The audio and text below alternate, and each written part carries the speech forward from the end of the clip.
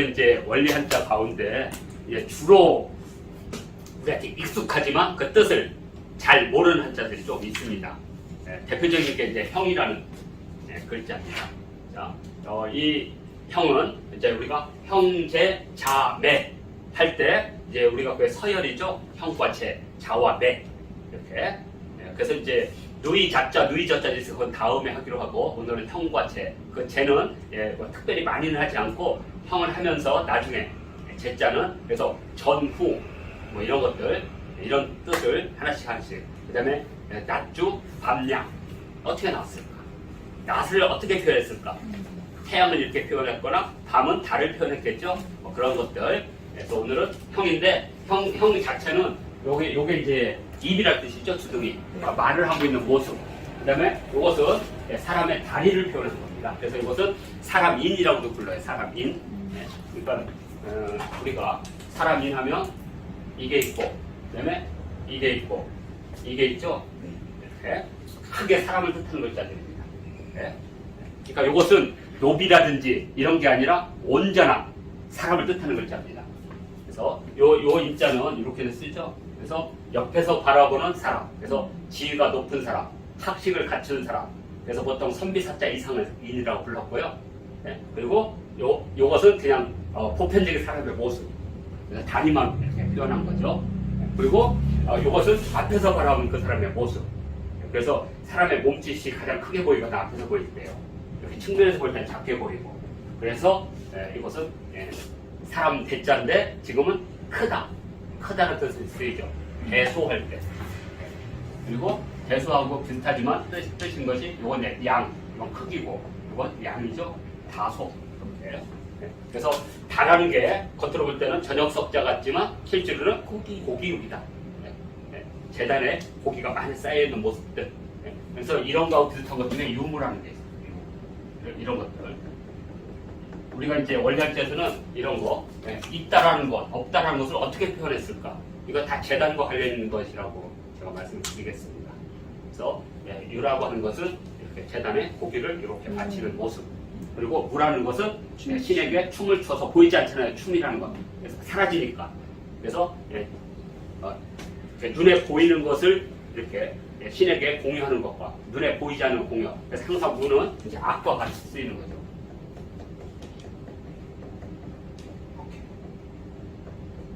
또는 악무라고도 부르는 거 같이 항상 이렇게.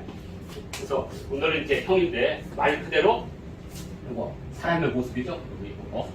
그래서 사람의 모습을 한 것 중에는 이 숨구멍 있는 아이의 모습 머리. 그래서 아이 안자, 어린 아이 안자가 되겠죠. 그다음에 이것은 그 사람 모습에 눈을 특별히. 그래서 예전에는 이렇게 했으니까 눈 바라볼 겸, 볼 겸 이렇게.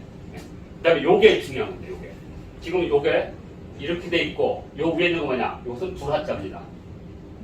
그래서 이 광은 하늘로부터 빛을 받아가지고 쟁반 같은데 이구가는 모습입니다. 광자가. 그래서 이것은 이 하늘의 빛을 뜻하는 겁니다. 항상. 그래서 천명을 받은 사람이 광자를 써요. 대표적인 게 광무제. 우리 저기 고종임금이 광무잖아요. 광무. 그래서 천명을 받아서 위엄을 드러내다는 뜻이에요. 광무란 말이. 우리가 광복할 때 쓰입니다. 광종도 그러네요. 광종도 그렇죠. 그러니까 대체적으로 광자 쓰는 사람들이 국가를 재건하거나 강력한 무력을 가진 사람들. 그래서 중국에서 광자 들어가면 한마디로 기칠 광자 같아요. 거의 왕이. 그래서 제목이 있었잖아요. 예전에 사극에 빛나거나 미치거나. 광종을 얘기하는. 장혁이 나왔었다죠. 그래서 우리가 광복할 때 쓰입니다. 그다음에 관광할 때 쓰이죠. 관광. 그러니까 천명을 받아서 어떤 전체적인 무엇은 관광이에요. 관광. 그거 무지 어려운 거죠. 관이란 말 자체가 되게 어려운 말이니까. 그러니까 요즘 말로 관광은 뭐냐면 현충사를 참배하다 정도 되는 겁니다. 그냥 가서 놀고 하는 건 관광이 아닌 거죠. 왜냐하면 마음의 눈으로 실체를 보는 거니까.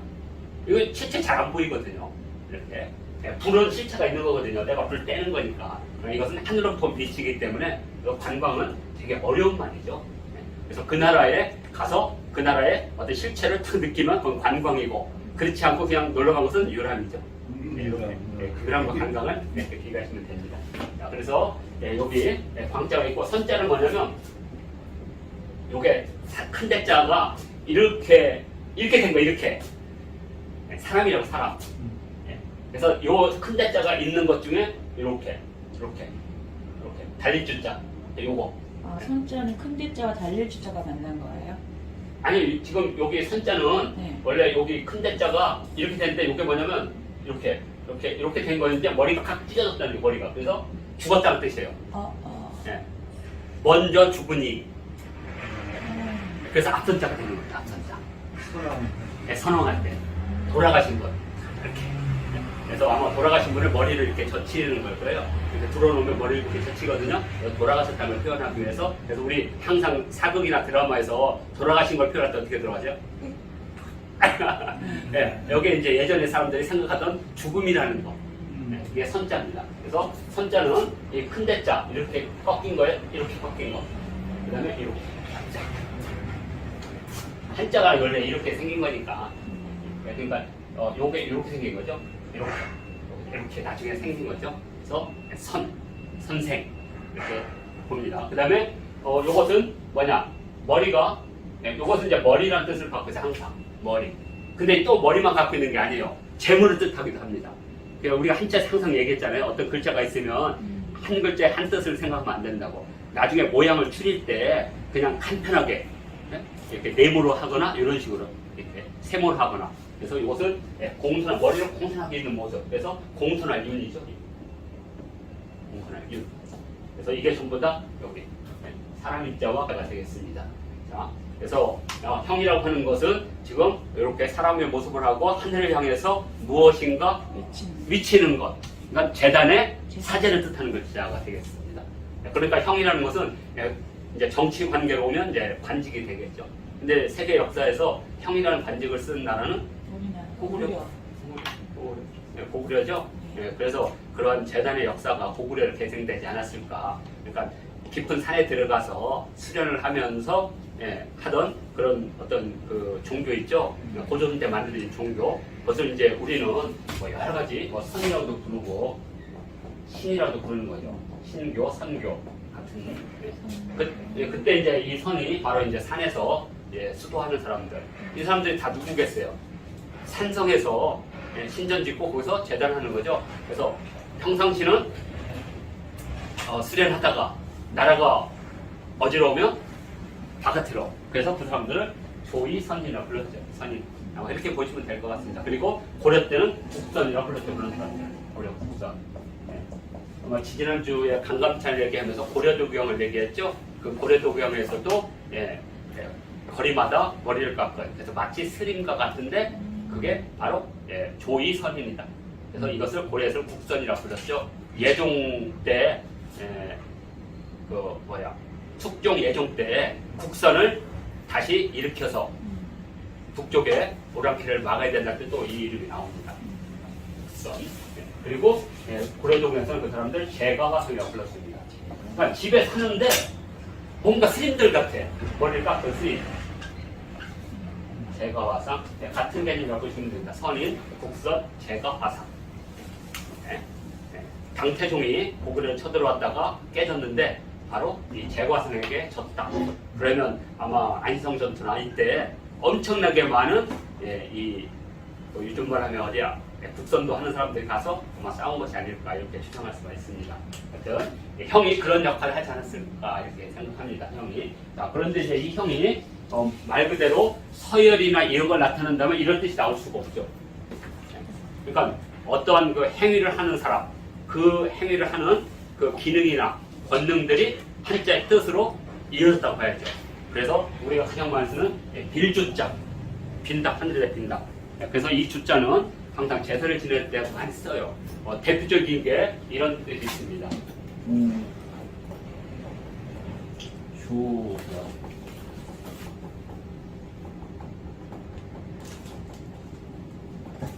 주원유잉. 어디서 많이 들어온 것 같은데.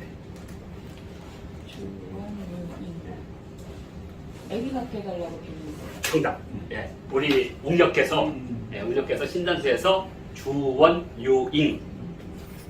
이게 뭐냐면 유잉이라는 것은 네. 아이가 있다는 뜻이 아니라 있다라는 게 뭐냐면 많이. 그러니까 이 뜻을 정확하면 많은 자식을 원하옵나이다 이런 뜻으로. 아 그렇잖아요. 근데 당시 모든 권력의 힘, 여성의 권력의 힘은 아이를 많이 갖는 거잖아요. 그래서 이건 있을 유자가 아니라 많다는 의미를 가져요. 항상 많다.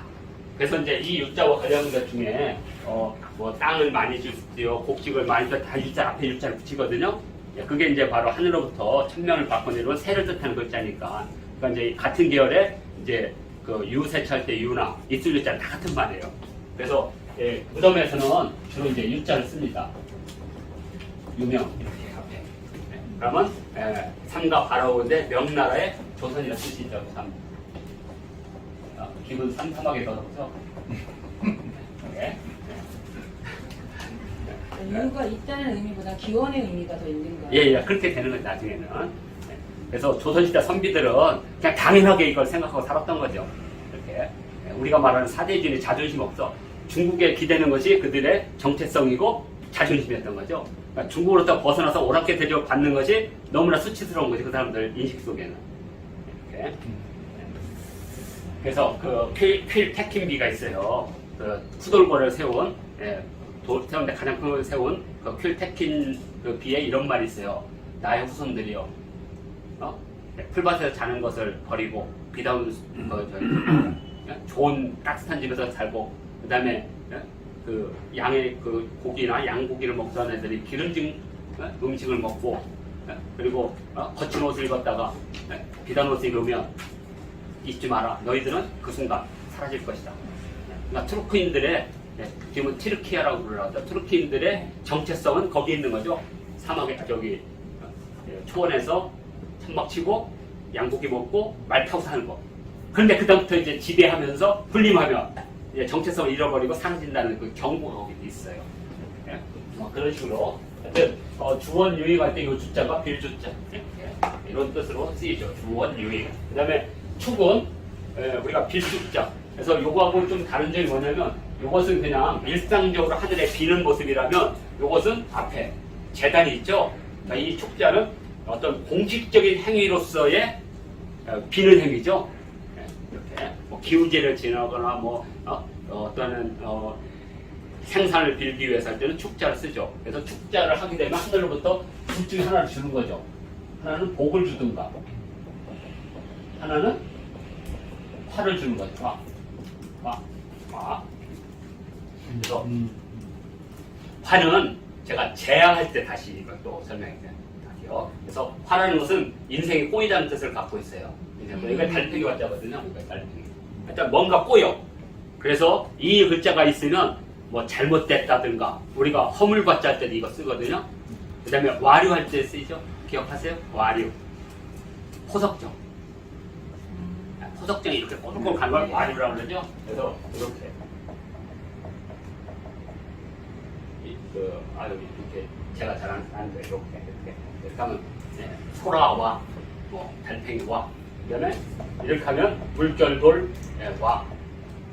와류 쓰죠? 그래서 요게 있으면 소라 모양처럼 돼가기 때문에 뭐든가 꼬이는 거 똑바로 하지 못하고 이때 쓰이는 겁니다. 그래서 복은 말 그대로 숫단지라는 뜻을 갖고 있어 그랬죠? 숫단지.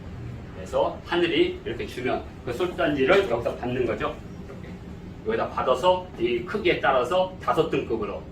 그래서 공후 백자남. 오늘 이제 그 서열 중에 이제 여기 있습니다. 공후 백자남. 그 뜻은. 그래서 이걸 받아오면 그때 그 우리가 흔히 말하는 선농제를 지나면서 적전에서 이렇게 농사를 지으면 흙 있죠. 흙 한 줌과 이걸 가져와서 자기 봉지에 또 와서 그걸 이제 그걸 우리가 봉토라고 그러죠. 나라로부터 받은 봉토.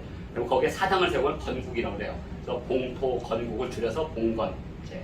그러면 또 자기도 그 행위를 하면 그 밑에 소속된 애들이 또 똑같은 방법으로 가져가서 이렇게. 그래서 마지막에 민까지 가서 농사가 이루어지면 그걸 건춘이라고 그러더라고요.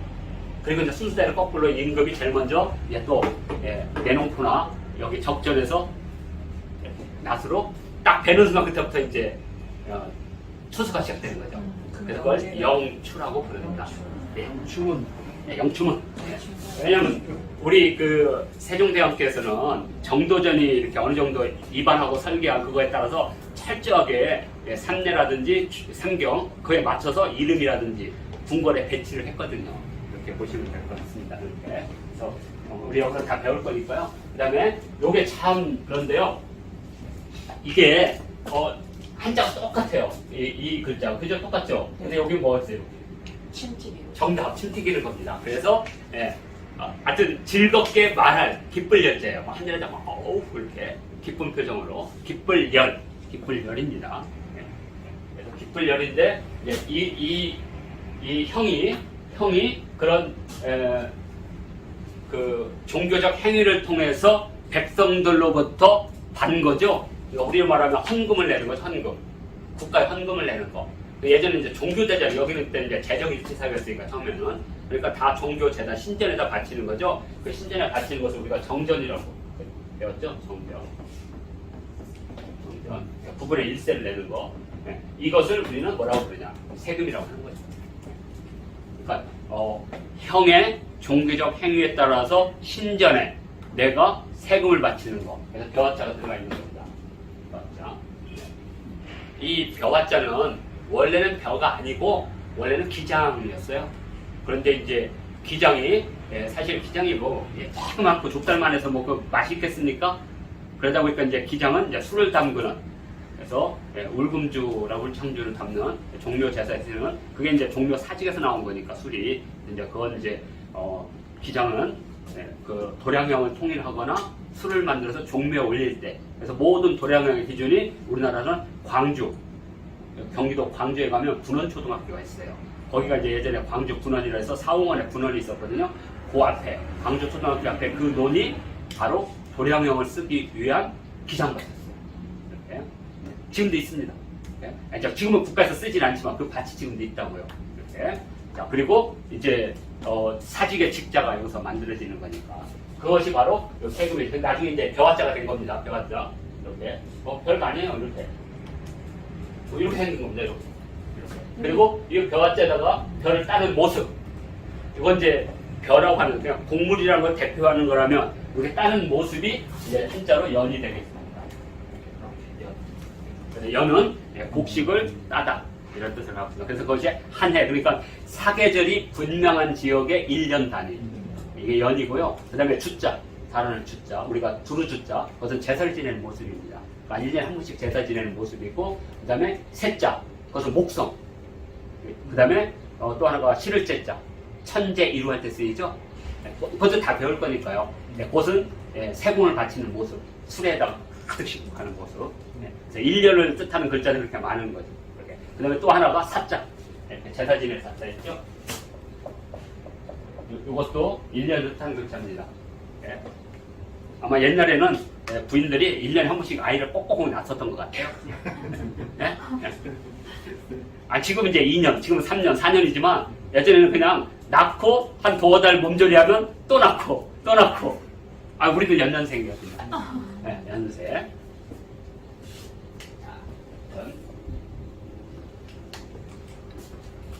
자, 그래서 요게 세고 요것은 뭐냐? 요것은 두 가지 뜻을 갖고 있는데 하나는 재단에서 그런 형들이 설명하는 거죠. 사람들한테.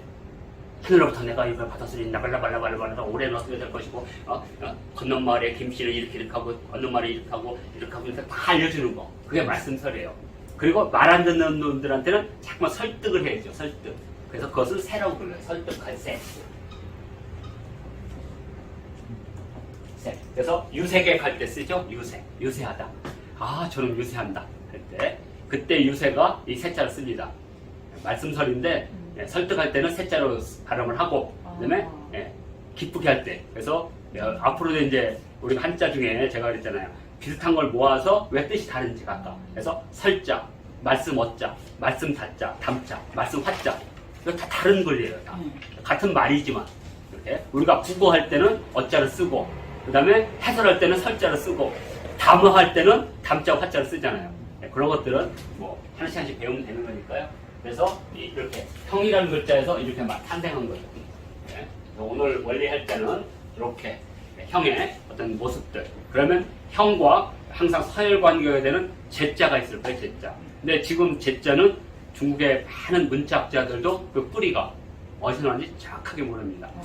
단지 이렇게 여기 제자에 이건 기둥이잖아요, 기둥. 그리고 이렇게 해가지고 이렇게 하고 이렇게 생긴 거거든요. 그래서 지금 기둥에다가 사람을 묶었다라고 지금 해석을 해, 문자학에서는 사람을 묶었다고. 근데 팔맨 사람. 이제 활맨 사람이라고 해석도 하는데 지금 현재 문자학에서는 대체적으로 이제 묶었다는 거예요. 그래서 줄을 묶으면 위아래가 이렇게 묶잖아요. 그래서 순서가 생겼다는데 저는 도저히 이해가 안 돼요. 아니 묶어가지고 왜 서열이 생겨? 네? 동생이라 하면 어마어마한 예.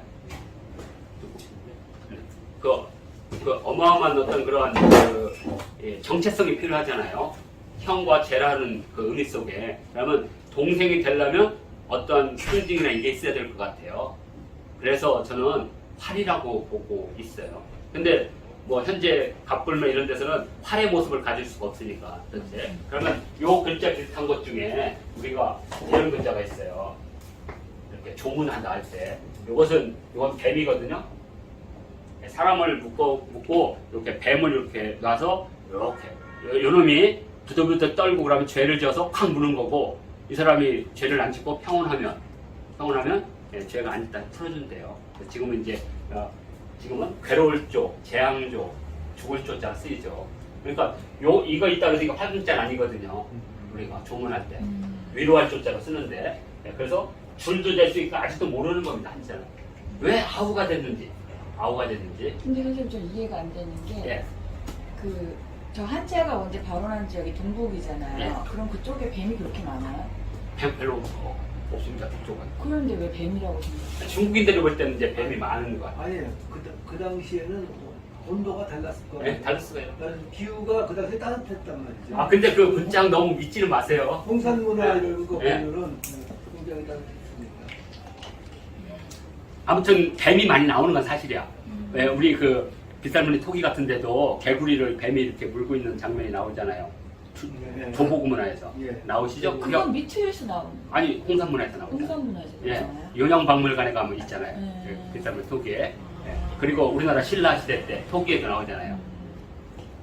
이영 토기에 나오죠? 유추하는 예. 그러니까 어떤 건지는 관계는 없지만 하여튼 무슨 이유인지 서열이 만들어진 거예요. 이 글자가 형과 제라는 거. 그래서 이 글자 지금 이것은 대나무니까 대나무 저렇게 마디가 있거든요. 마디가. 그래서 이 마디를 통해서 서열이라는 게, 그래서 차례제자 많이 쓰이죠. 그래서 우리가 제1번, 제2번, 제3번, 그 다음에 급제 할 때 많이 쓰이죠. 급제라는 게 뭐냐면 순서에 맞다는 뜻이에요. 그러니까 1등에 미치다, 2등에 미치다. 그래서 급제예요. 그래서 장원이 하고 2등하고 뭐 장원급제, 뭐 방한, 탐하 이런 식으로 해서, 그래서 급제란 말을 쓸 때 이거 쓰죠. 그러니까 예, 순서 차례 이런 뜻이죠. 그다음에 이것은 층계, 계단, 제 지금 쓰고 있죠. 제자. 그다음에 이것은 그 공손할제 뭐 이런 뜻입니다. 그래서 우리가 충신효제할 때, 충신효제할 때 효는 부모님에 대한 서열이에요. 효는. 제는 친구들이나 선후배 간의 서열이에요. 옆으로 서열이에요. 옆으로. 그래서 순서예요. 순서. 계단은 위로 아래 순서고 이것은 옆으로 순서. 그러니까 같이 가더라도 이분이 높은 거야. 그러면 제예요. 그래서 효제란 말 쓰잖아요. 효제 충신. 효제 충신할 때 그 제자. 그러니까 이것도 서열이야. 순서죠. 그다음에 이것은 신의 또는 동서. 의제자. 이것도 서열이야. 큰 동서, 둘째 동서 중에서. 그래서 이 제라는 게 정확하게 말하면 서열, 순서, 차례 이런 뜻을 공통적으로 갖고 있는 거죠. 한자 원뜻에. 그리고 형은 신전에서 가장 중요한 역할을 하는 사람. 그러다 보니까 형이 높은 사람, 제가 그 다음 사람. 그러면 그 역할이라는 게 있을 거예요. 형의 역할. 그래서 저는 왜 중국인들이 이것을 이렇게 네이버 한자에도 그렇게 써 있어요. 줄을 감을 때 순서대로 갑니다. 줄을 왜 순서대로 감아? 전하면 이렇게도 감고 이렇게도 갑니다. 그죠? 묶을 때. 그러니까 이것은 아닌 것 같아요. 저는 분명히 아니라고 봐요. 그러면 뭐 활궁자도 쓰고 다른 어떤 행위를 통해서 형이라는 그 역할보다는 조금 낮은 역할을 하는 신전의 사제일 가능성이 높다 정도로 저는 정리를 한 것뿐입니다. 네, 그래서 형제, 그러니까 형은 정확하게 나타나요. 뜻이 다 나타나잖아요. 다 빌고 이렇게 하는 행위라면 쟤는 정확한 뜻은 모르지만 역할과 기능을 볼 때 형의 버금가는 기능과 권능과 역할을 하는 사람 해야만 다 순서가 되죠. 근데 이제 아마 중국인들이 문자학에서 이것을 그런 역할이나 사람으로 하지 못한 이유 중에 하나가 이 글자 속에서 사람이라고 하는 것들이 잘 나타나질 않아요. 그래서 사람이라고 하는 것은 요건데, 요게. 근데 이런 것들이 대부분 이렇게 기둥이라든지 뭐 이런 뜻을 많이 써요. 뭐 깃발이나 이런 거, 가운데 중자는 깃발이라는 뜻이거든요. 그래서 사람이라는 뜻은 사람을 이렇게 해가지고 이렇게 잘 안 써요. 그래서 이것은 좀 더 저도 연구를 해서 문자학에서 새로운 견해가 나오면 그때 다시 하고, 서열로는 형제, 그래서 위와 아래의 개념을 쓰이고, 제자에는 서열, 차례와 같은 공통된 뜻을 갖고 있다 정도로 이렇게. 이게 가장 많이 쓰는 글자니까요. 이렇게 해서 우리 첫 번째 원리 한자는 형을 배웠고요. 이제 두 번째 우리가 배우는 두 번째 한자는 인문 한자가 되겠습니다.